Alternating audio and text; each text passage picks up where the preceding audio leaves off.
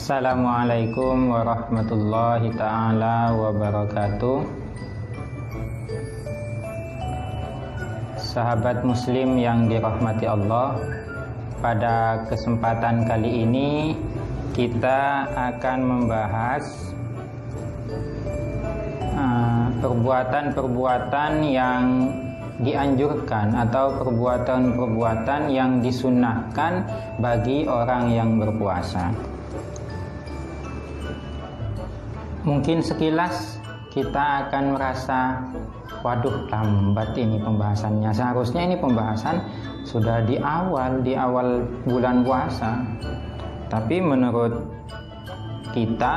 kami ini belum terlambat, karena tidak ada kata terlambat selama kita masih terus berusaha.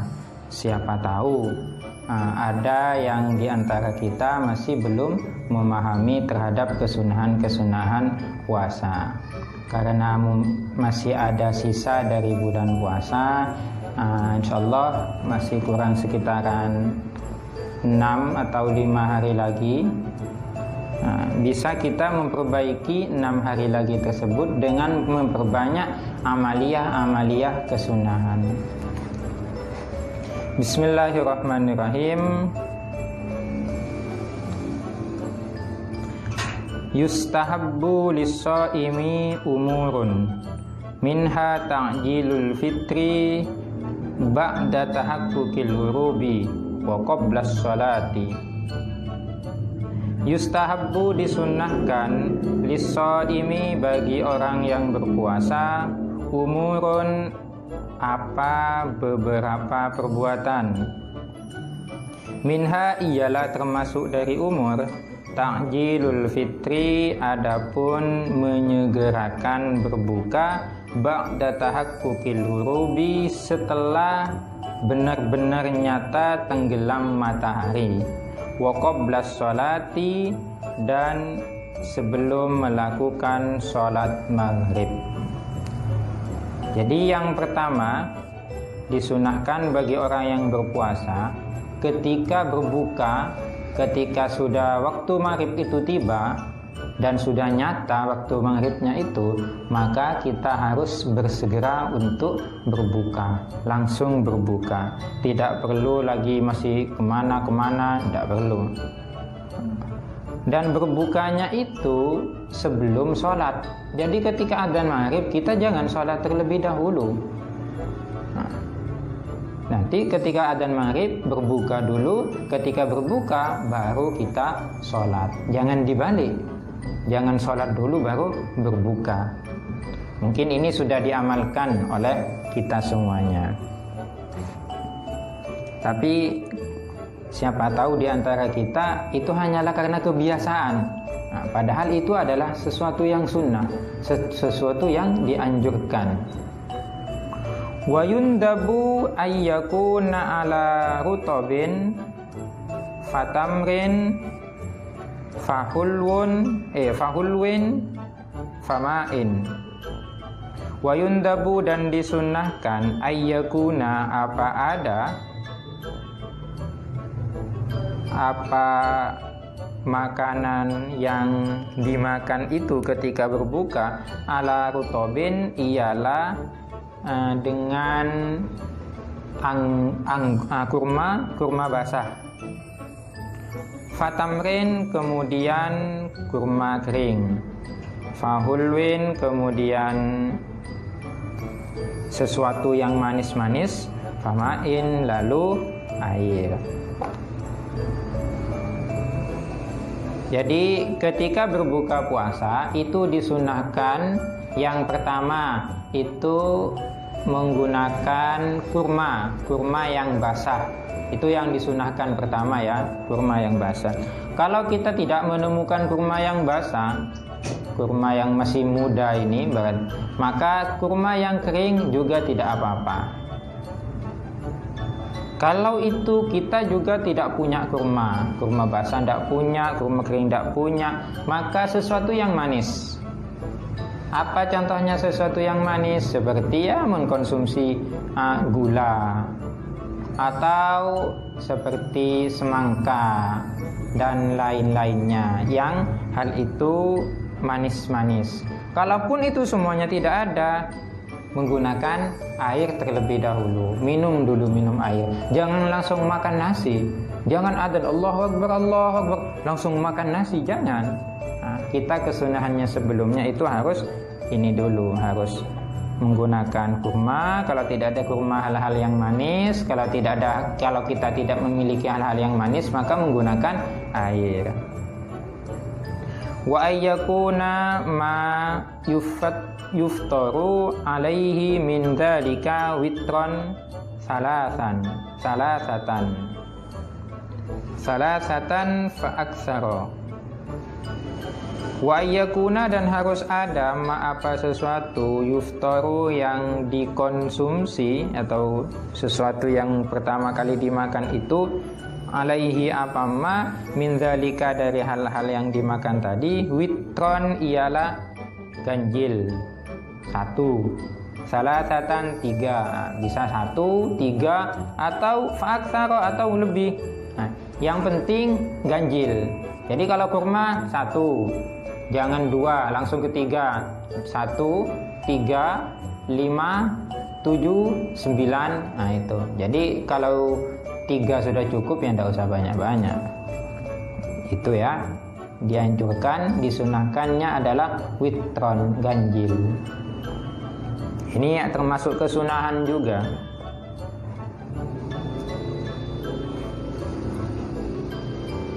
Di dalam kitab ini kan dijelaskan bahwa kenapa sih yang dianjurkan itu kok kurma, kok bukan yang lainnya? Kenapa kurma? Ternyata ketika diteliti, ini Rasulullah sudah menemukan, Islam sudah menemukan dulu sudah, bahwa yang baik dikonsumsi ketika buka puasa itu adalah rutab, kurma. Itu sudah dulu, tapi sekarang baru ditemukan, hasil penelitian sekarang baru ditemukan bahwa dengan mengkonsumsi rutab, kurma pertama kali ketika berbuka puasa, itu akan mengincerkan seluruh urat-urat yang ada di tubuh kita. Jadi tubuh kita yang awalnya ini agak lemas, agak kendor-kendor, maka dengan adanya rutab, mengkonsumsi rutab pertama kali, itu akan menstabilkan tubuh kembali. Nah, ini sains sekarang baru menemukan hal itu, hasil penelitian. Tapi Islam itu sudah dulu menemukannya. Berarti luar biasa memang Islam. Inilah yang dikatakan melampaui zamannya. Islam kan, Rasulullah kan sudah dulu, tapi sampai sekarang masih tetap konsis. Dan sebenarnya yang ada sekarang itu hanyalah bentuk penelitian-penelitian apa yang ada di zaman dahulu. Seperti kemarin kita sudah menjelaskan tentang babi. Kenapa babi diharamkan? Kemarin kita sudah dijelaskan. Wa minha ad-du'a'u akiba fitrihi bil ma'thuri.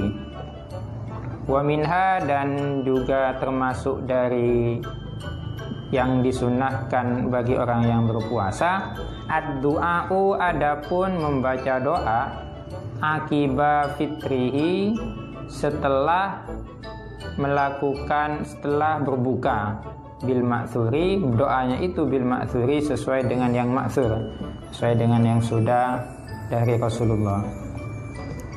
Ini dijelaskan ada perbedaan. Kalau di dalam bahasa Arab itu ada perbedaan antara akiba dan ba'da. Memang ini artinya sama-sama setelah. Tapi kalau ba'da itu setelahnya agak lama. Tapi kalau akiba itu langsung. Nah, jadi ketika kita sudah berbuka puasa, langsung baca doa. Bukan baca doa dulu baru kita berbuka, bukan seperti itu caranya. Tapi yang benar, kita berbuka dulu, setelah berbuka baru kita membaca doa. Doanya seperti apa? Nanti setelah ini akan dibacakan doanya. Tapi kenapa Ustadz di TV itu biasanya setelah adzan langsung baca doa? Iya, itu TV kan tidak makan. Nah, karena TV tidak makan, Ya ngapain? Ya langsung saja setelah adzan langsung baca doa. Nah, karena manusia itu masih berbuka terlebih dahulu, dianjurkan berbuka. Nah, berbuka terlebih dahulu, berbuka dulu, baru setelah itu membaca doa. Jangan dibalik ya, jangan dibalik. Bagaimana doanya? Ka'iyakula seperti berkata siapa shaim, orang yang berpuasa, Allahumma laka sumtu wa ala rizkika aftartu wa alaika tawakkaltu wa bika amantu dhahabadh dhama'u wa btallatil uruqu wa thabatal ajru ya wasi'al fadli ighfirli alhamdulillahilladzi a'anini fasumtu wa razaqani fa'aftartu.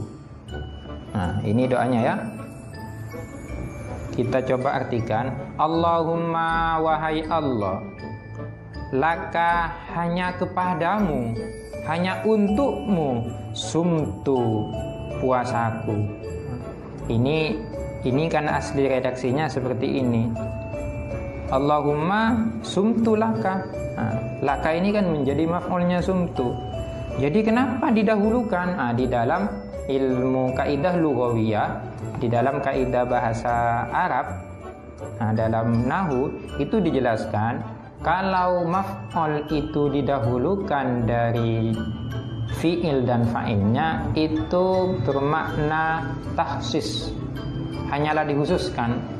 Jadi puasa saya ini laka hanya untukmu ya Allah. Itu Allahumma ya Allah laka sumtu, puasaku ini hanya semata-mata untukmu, itu bukan untuk yang lain. Wa ala rizkika aftartu, dan dengan rizkimu aftartu aku berbuka. Aslinya kan seperti ini, aftartu ala rizkika, aku berbuka dengan rizkimu. Tapi didahulukan juga wa ala rizkika aftartu, dan dengan rizkimu aku berbuka. Jadi dengan rizki yang benar-benar dikasih oleh Allah aku berbuka. Artinya apa? Kita nyambung dari pembahasan yang kemarin bahwa dalam berbuka kita harus mengkonsumsi makanan yang halal. Nah, sehingga ala rizkika ini sesuai. Wa alaika tawakkaltu, wa alaika dan hanya kepadamu ya Allah tawakkaltu aku berserah diri. Jangan pernah berserah diri kepada yang lain, hanya kepada Allah kita bertawakal. Tentunya yang disebut dengan tawakal di sini adalah tawakal ba'dal ikhtiar. Tawakal itu setelah adanya ikhtiar. Harus berusaha dulu baru tawakal. Yang dikatakan tawakal bukan diam tanpa berbuat, itu bukan tawakal namanya. Itu tidak beres. Yang dikatakan dengan tawakal, dia berusaha terlebih dahulu, baru semuanya sudah urusan Allah. Itu namanya tawakal.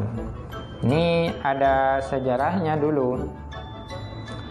Ada sahabat yang berkunjung ke Rasulullah dengan membawa, ada dua sahabat yang berkunjung ke Rasulullah dengan sama-sama membawa kuda. Satu sahabat kudanya itu diikat ketika sudah sampai ke Rasulullah, diikat di pohon kurma. Satunya lagi tidak diikat, langsung masuk menemui Rasulullah.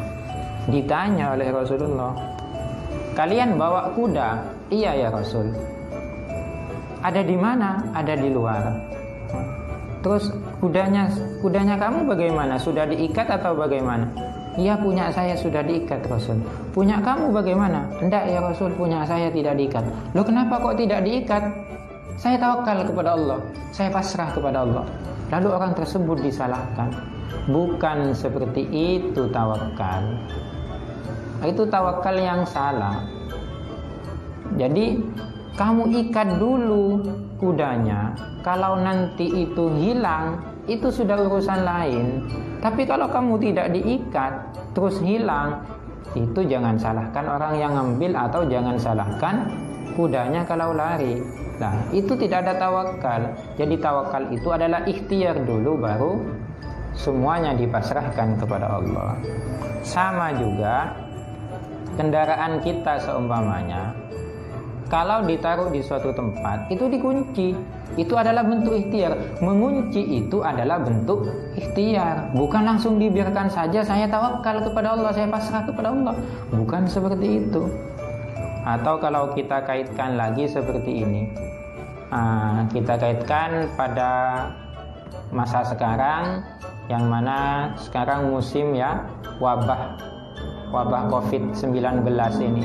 Nah, bagaimana kita bentuk tawakalnya?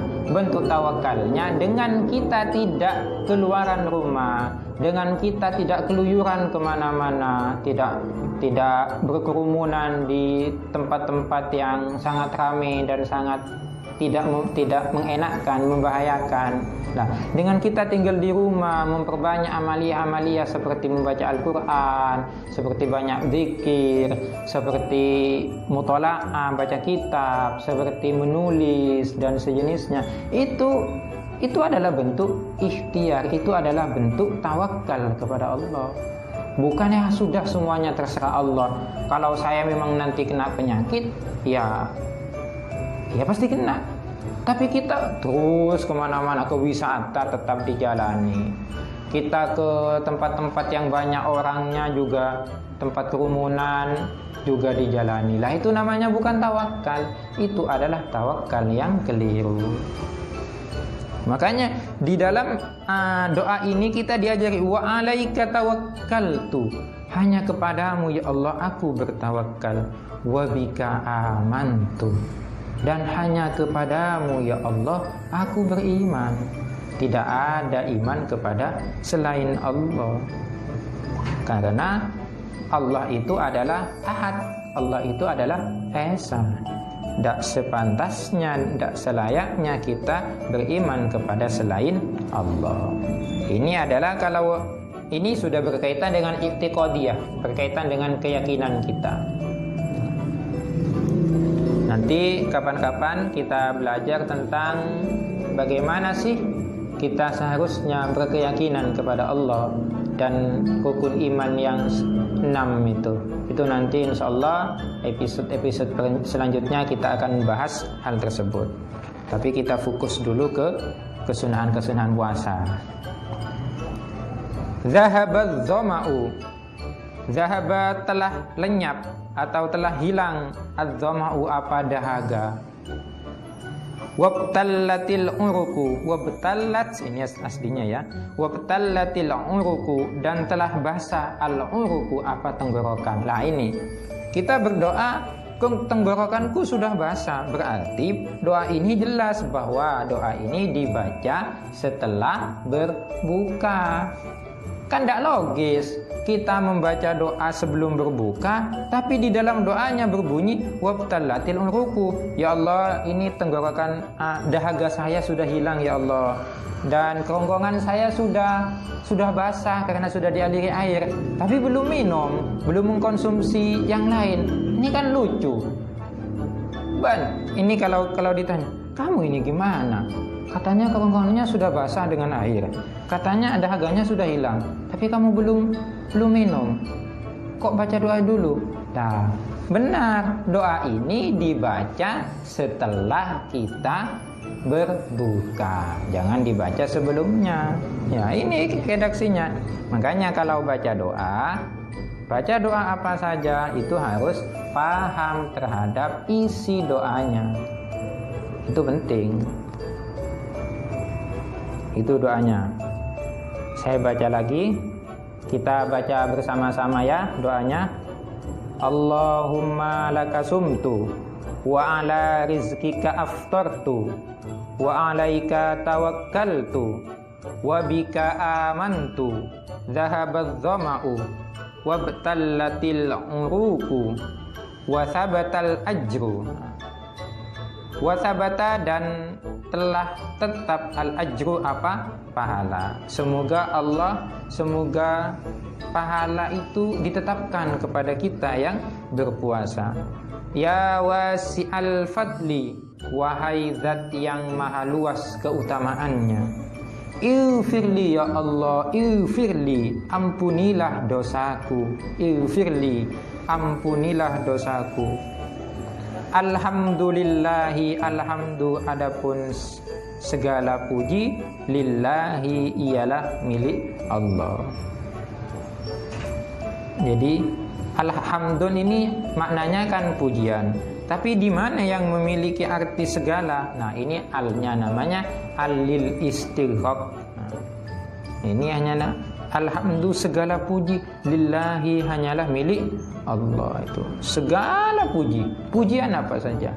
Jadi kalau seumpamanya kita itu dipuji, kamu nak kok pintar sekali ya, itu percayalah bahwa sesungguhnya yang dipuji itu bukan engkau, tapi yang dipuji itu adalah Allah Subhanahu wa ta'ala.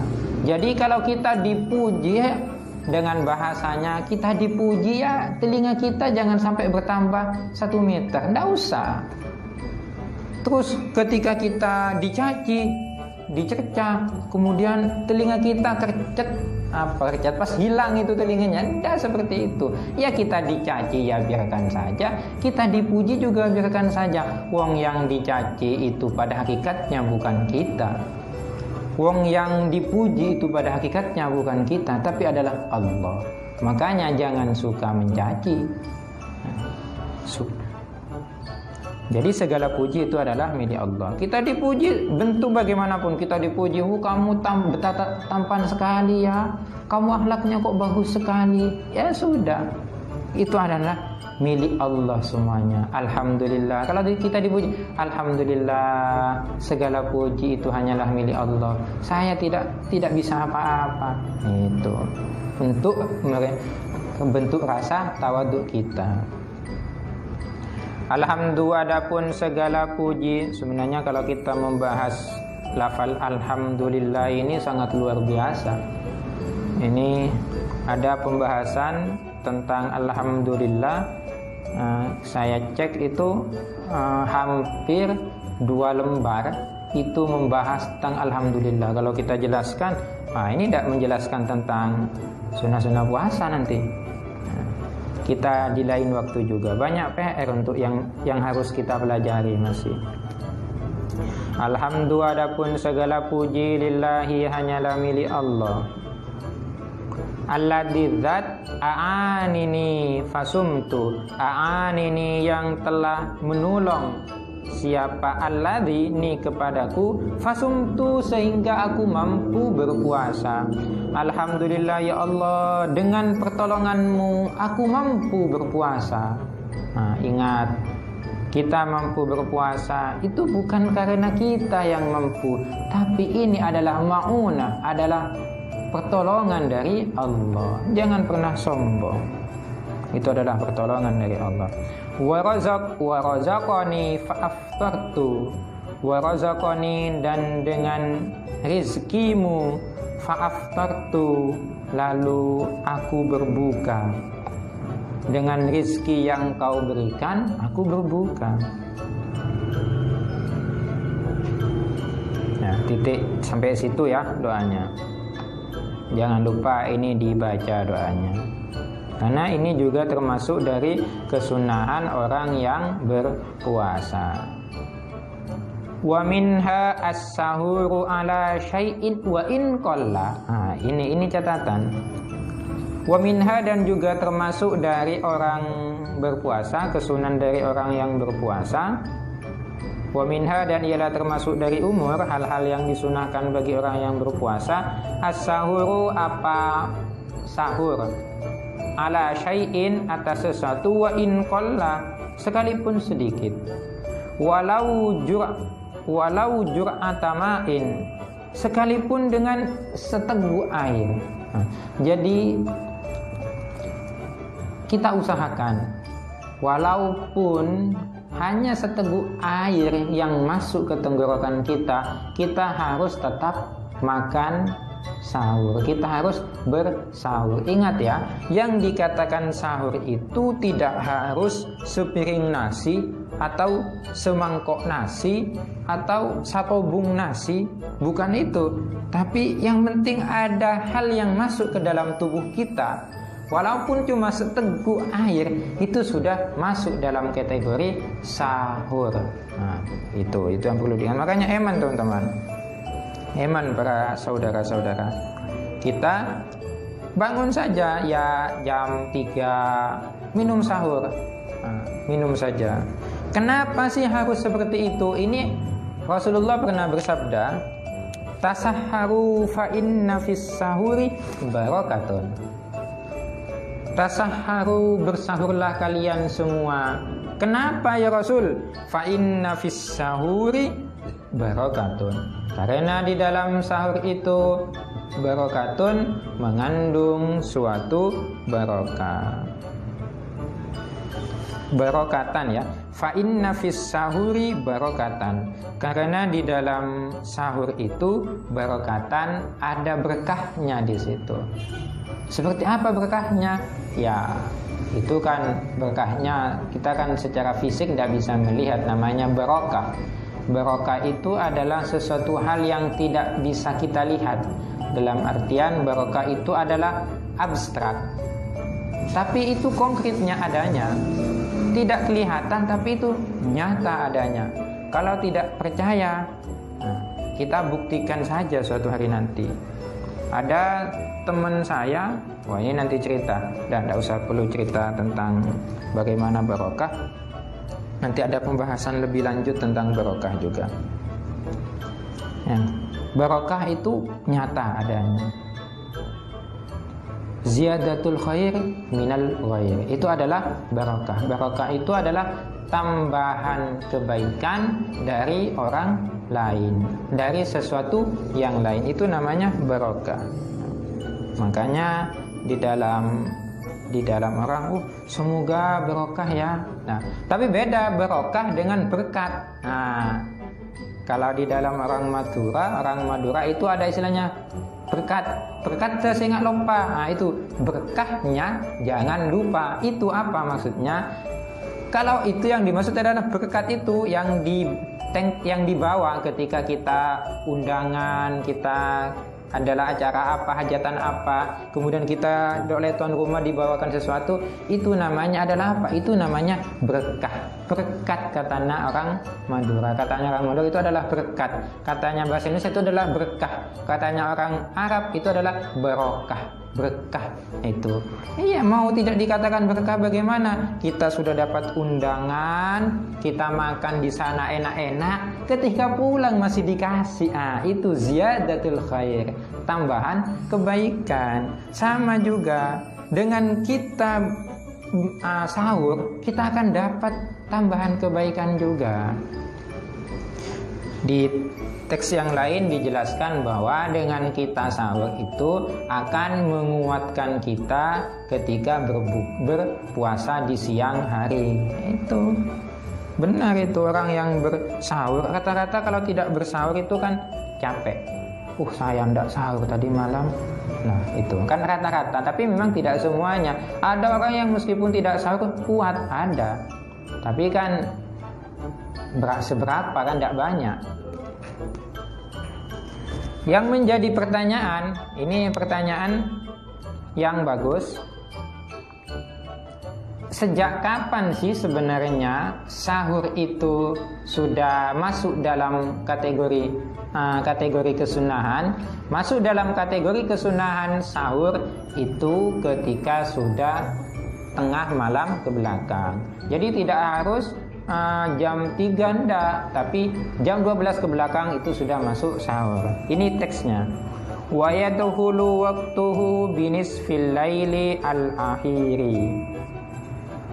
Wa yadkhulu, dan masuk waktuhu, apa waktunya sahur, binisfil laili, sebab separuh malam, al-akhiri, yang terakhir. Wa kullama ta'huru kana afdalu.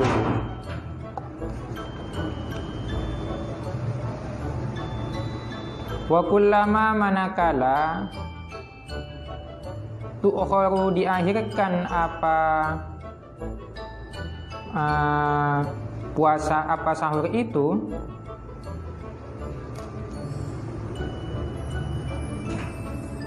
afdalu karena ada apa ta'akhur itu, afdalu ialah lebih utama, bihaitsu la yaqa'u fi syakkin minal fajri, dengan sekiranya bahwa mengakhirkan puasa itu tidak mengakhirkan sahur itu tidak ada keraguan di dalam sudah masuk ke fajar. Intinya seperti ini. Kesunahan sahur itu ketika sudah separuh malam terakhir, berarti dari jam 12.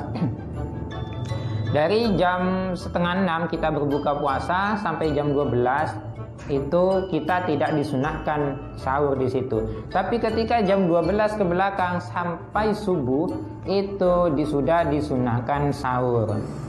Jadi kalau kita makan jam setengah 1 soalnya kita niatkan sahur, itu sudah dapat pahalanya sahur.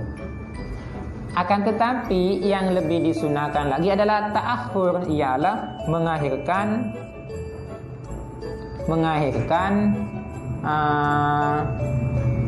sahur itu. Sahur diakhirkan sampai kapan?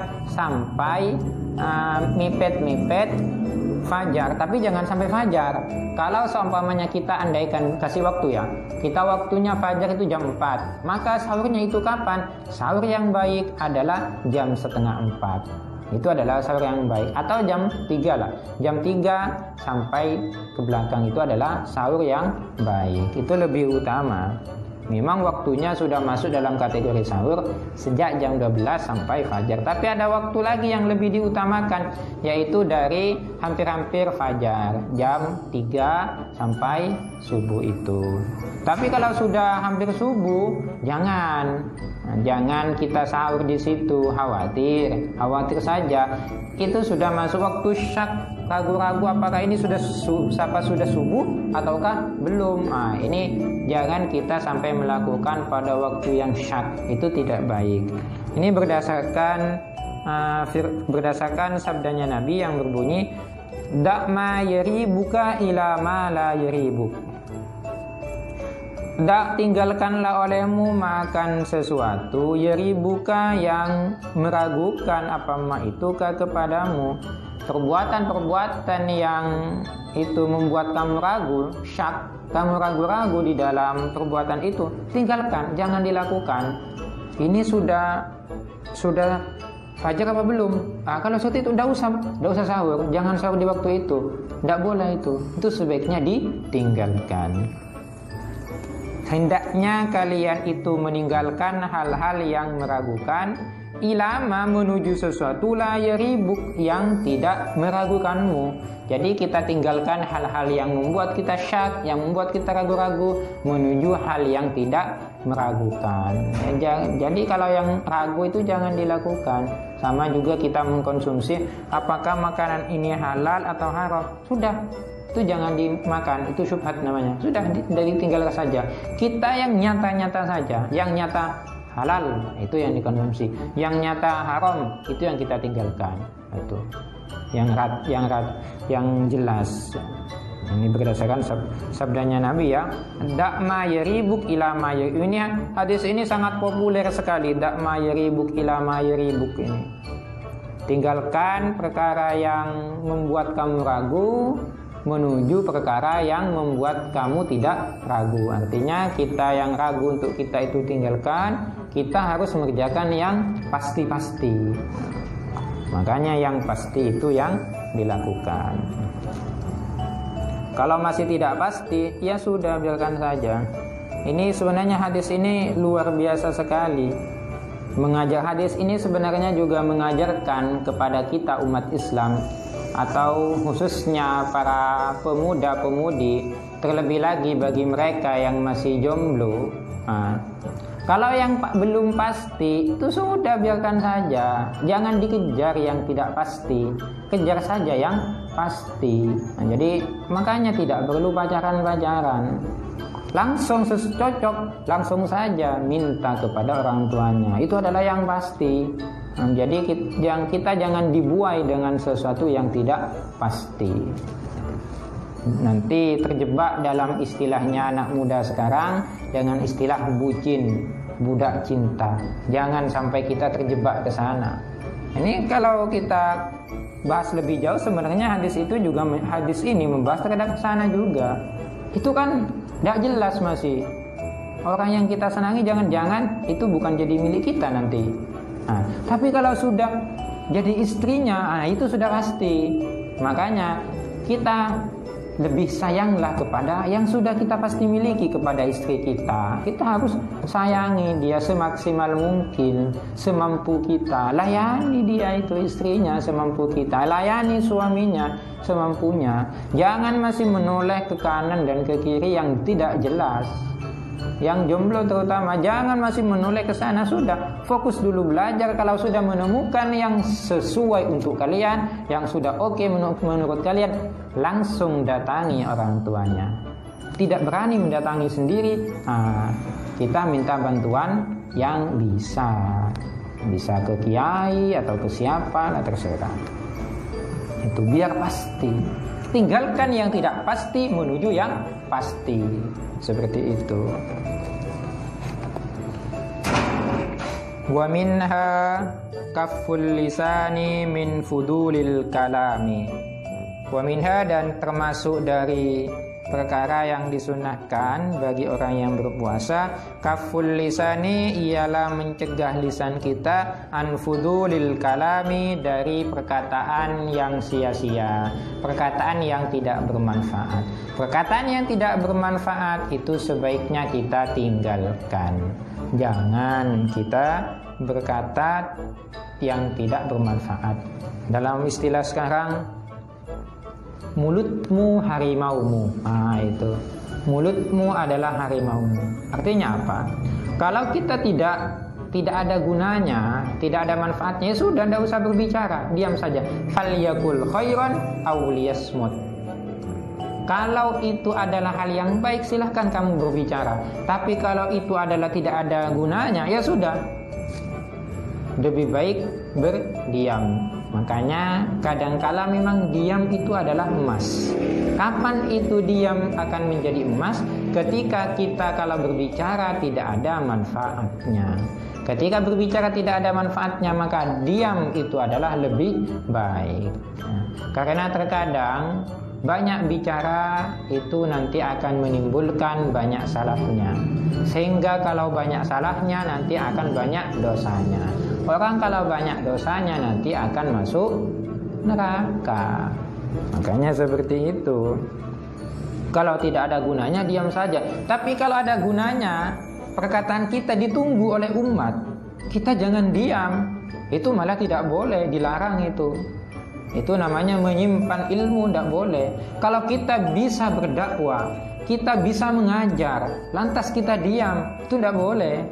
Katmul ilmi itu tidak boleh. Sudah, ajarkan saja sebisa kita. Kita mampu mengajarkan bismillahirrahmanirrahim, bismillah yang diajarkan, tidak usah yang lain. Kita mampu mengajarkan tata cara sholat yang benar, sudah kita ajarkan tata cara sholat yang benar. Kalau kita tidak bisa yang lain, tidak usah, jangan dipaksakan, fokus kepada yang kita bisa. Nah, itu yang penting, kita jangan diam. Benar dauhnya atau pesannya Allahumma ghfir lahu Kiai As'ad, pengasuh Pondok Pesantren Salafiyah Safiyah Sukorejo Situbondo.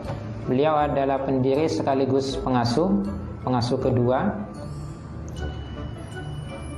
Kalau dalam bahasa Madurana, santang santre deki bila mulai muntuk, bila amgu muntuk wajib ngajar. Teka murid tergerak situng. Kalau kita terjemahkan, santri saya nanti kalau pulang dari pondok maka wajib ngajar, walaupun santrinya cuma satu. Ya diajarkan semampunya. Kalau yang tidak mampu ya tidak usah diajarkan. Semampu kita diajarkan. Mampu bismillah sudah bismillah yang diajarkan. Tidak usah banyak-banyak. Siapa tahu dengan bismillahirrahmanirrahim itu yang keterima. Itu yang nanti kelak di akhirat yang akan memberatkan timbangan kita sehingga kita akan masuk surga. Wa amma kafuhu anil harami kal ghaibati wan namimati fawajibun fi kulli zamanin. Wa amma kafuhu, sementara adapun mencegah berbicara anil harami dari hal-hal yang haram, kal ghibati seperti berghibah, wan namimati dan adu domba, fawajibun itu adalah wajib hukumnya fi kulli zamanin di setiap waktu. Kalau riba, namimah dan perkataan-perkataan yang haram di bulan puasa dan di luar bulan puasa itu hukumnya adalah wajib, sehingga kita tidak boleh mencaci, riba, adu domba, itu tidak boleh, tidak usah seperti itu. Wa yata'akkadu fi ramadhana, terlebih-lebih di bulan Ramadan jangan sampai kita berbicara seperti itu lebih dikuatkan lagi, terlebih-lebih di bulan Ramadan jangan sampai.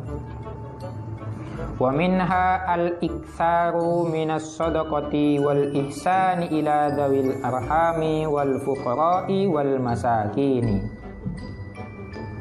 Wa minha, dan juga termasuk dari hal-hal yang disunahkan bagi orang yang berpuasa, al-iktsaru adalah memperbanyak minas shadaqati, dari bersedekah. Ini kemarin sudah kita bahas, memperbanyak sedekah. Wal ihsani ila dzawil arhami, dan memperbaik hubungan dengan kerabat. Kalau kita pada hari-hari berikutnya hubungan kita dengan saudara kita, dengan teman kita, dengan famili kita itu hubungannya kurang baik, maka mumpung bulan Ramadan ini kita silaturahmi, kita saling memperbaik hubungan. Silaturahmi dengan cara bagaimana ya? Dengan cara bisa memberi kue lah, dengan cara bagaimana itu kita silaturahmi. Meskipun orang itu selalu berbuat kejahatan kepada kita, tidak apa-apa. Yang penting kita tidak pernah menaruh rasa jahat, tidak pernah menaruh rasa benci. Itu. Ini sangat penting karena banyak ternyata di luar sana, banyak di antara kita yang sesama temannya, sesama saudaranya, sesama tetangganya, atau bahkan hubungan suami istri itu tidak bagus, tidak erat. Maka ketika di bulan Ramadan kita perbaiki hubungan-hubungan yang renggang, itu kita perbaiki, kita harus jalin lagi menjadi hubungan yang lebih indah. Wal fuqara'i, dan juga hubungan terhadap orang-orang fakir, wal masakini, dan juga hubungan terhadap orang-orang miskin. Dengan cara apa kalau hubungan terhadap fuqara dan masakin? Ya tentunya dengan cara menyantuni mereka, dengan cara memberi sedekah kepada mereka. Itu terlebih-lebih di bulan Ramadan harus itu. Kasihan mereka. Coba kita rasakan ketika kita berpuasa, lapar tidak? Lapar. Sama juga dengan fuqara dan masakin, orang-orang fakir dan orang miskin. Dia itu juga pasti merasakan lapar. Sehingga itu kita harus juga merasakan lapar mereka ketika bulan puasa. Kita banyak bersedekah, khususnya kepada fuqara dan masakin. Makanya di dalam zakat fitrah khususnya, ada ulama yang mengkhususkan zakat fitrah itu hanya dikeluarkan atau diberikan kepada fuqara dan masakin. Ada ulama yang bahkan berpendapat seperti itu. Karena ini tadi, bahwa fuqara dan masakin ini sangat menderita sekali kan, sangat menderita karena kekurangan. Wa minha al-ishtighalu bil ilmi. Ini penting juga, khususnya bagi kita yang masih muda-mudi. Jangan banyak sibuk dengan yang lain, tapi ini penting. Wa minha al-ishtighalu bil ilmi, dan termasuk juga dari kesunahan orang yang berpuasa, al-ishtighalu adalah menyibukkan diri bil ilmi, dengan ilmu. Ini khusus bukan cuma untuk muda-mudi, tapi semuanya, semua kalangan, tapi terlebih-lebih bagi para pemuda dan pemudi. Kenapa saya menyebutkan khusus kepada pemuda-pemudi? Karena ternyata yang saya jumpai di jalan raya dan di mana-mana itu, yang sering istilahnya sekarang ngabuburit, mencari malam, itu kebanyakan dari mereka adalah anak-anak muda, anak-anak mudi yang naik sepeda motor kemana-mana. Jangan seperti itu tidak bagus. Tapi kita harus menyibukkan diri bil ilmi, menyibukkan diri dengan mencari ilmu, dengan belajar. Makanya saya sangat bangga, saya sangat senang terhadap beberapa santri yang sampai saat ini mereka itu masih tetap di pondok, tidak pulang. Dan mereka selama ada di pondok tetap ngaji, tetap mengikuti bimbingan-bimbingan yang ada di pondok. Atau ada yang ada di luaran juga tetap mengikuti kegiatan bimbingan belajar, seperti di pagi hari, di sore hari, malam hari, mereka tetap belajar. Itu sungguh luar biasa itu. Itu pemuda harapan bangsa nanti. Watilawatil Qur'ani, dan juga menyibukkan diri dengan membaca Al-Qur'an, wadzikri, dan zikir. Ya, kita harus memperbanyak membaca Al-Qur'an, zikir. Zikir itu tidak harus memegang tasbih ya. Saya lupa tidak bawa tasbih. Tidak harus bawa tasbih. Tasbih dipegang kemana-mana. Tidak harus. Tapi zikir ya sudah, ketika kita diam santai kita zikir. Zikirnya terserah kalian lebih enak zikiran apa? Ataukah kalian enaknya zikiran subhanallah? Silahkan. Enaknya zikiran la ilaha illallah? Silahkan. Zikiran la haula wala quwata illa billahil aliyil azim? Silahkan. Zikiran bismillahirrahmanirrahim? Silahkan. Zikiran yang penting. Zikir itu apa? Zikir itu adalah kita berusaha selalu. Zikrun itu kan maknanya adalah ingat. Ingat kepada siapa? Ingat wahai para pemuda-pemudi. Jangan ingat kepada pacarnya saja, itu tidak boleh. Tapi kita lebih ingatlah kepada Allah. Itu yang harus zikir, yang harus kita ingat setiap waktu. Itu adalah zikir, namanya la ilaha illallah di dalam hati itu. Ya tidak usah teriak-teriak lah. Masa mau zikiran sampai teriak-teriak? Masa mau baca takbir Allahu Akbar sampai teriak-teriak? Nanti ke musola atau ke masjid megang mic, Allahu Akbar, Allah. Tidak usah seperti itu. Ya, kita di dalam hati Allahu Akbar, Allahu Akbar. Kita menandakan bahwa Allah Akbar. Betapa agungnya Allah itu. Betapa agungnya, betapa besarnya, betapa luar biasanya Allah. Betapa luar biasanya Allah yang menciptakan dunia ini, yang tidak pernah ada contohnya. Yang mana langit tidak pernah ada tiangnya, tidak pernah ada cagaknya, tapi langit tidak pernah runtuh. Subhanallah, luar biasa. Kita harus berpikir seperti itu. Kalau kita tidak ada contohnya kan susah ya. Kita buat baju saja atau buat seperti ini, bunga-bunga ini atau seperti ini, tidak ada contohnya, kita akan kesusahan. Kita baru buat yang seperti ini, kita buat yang lain tidak bisa. Jangankan ini, kita kan hanyalah membuat tiruannya ya, tiruan. Kita saja membuat bunga yang seperti ini, yang indah ini kelihatannya. Membuat bunga asli kita tidak bisa. Kita kan hanya tiruan ini, meniru yang asli, plastik ini. Tidak ada rasa wanginya, itu kan tidak ada, aromanya itu tidak ada. Tapi kalau yang asli itu adalah ada aromanya. Subhanallah, Maha suci Allah. Itu adalah Allahu Akbar, Allah Maha Kuasa. Tidak ada yang lebih kuasa daripada Allah. Nah, seperti itu kita setiap hari berzikir kepada Allah. Ya tentunya tidak perlulah kita diumumkan, saya tadi sudah zikiran, saya zikiran, baca ini sudah baca zikir Allahu Akbar sudah 1000 kali. Tidak usah kita umumkan. Zikir itu kita cukup ingat kepada Allah. Zikir di dalam hati. Wa sholawati ala nabiyyi kullama tayassara lahu dzalika lailatan aw naharan.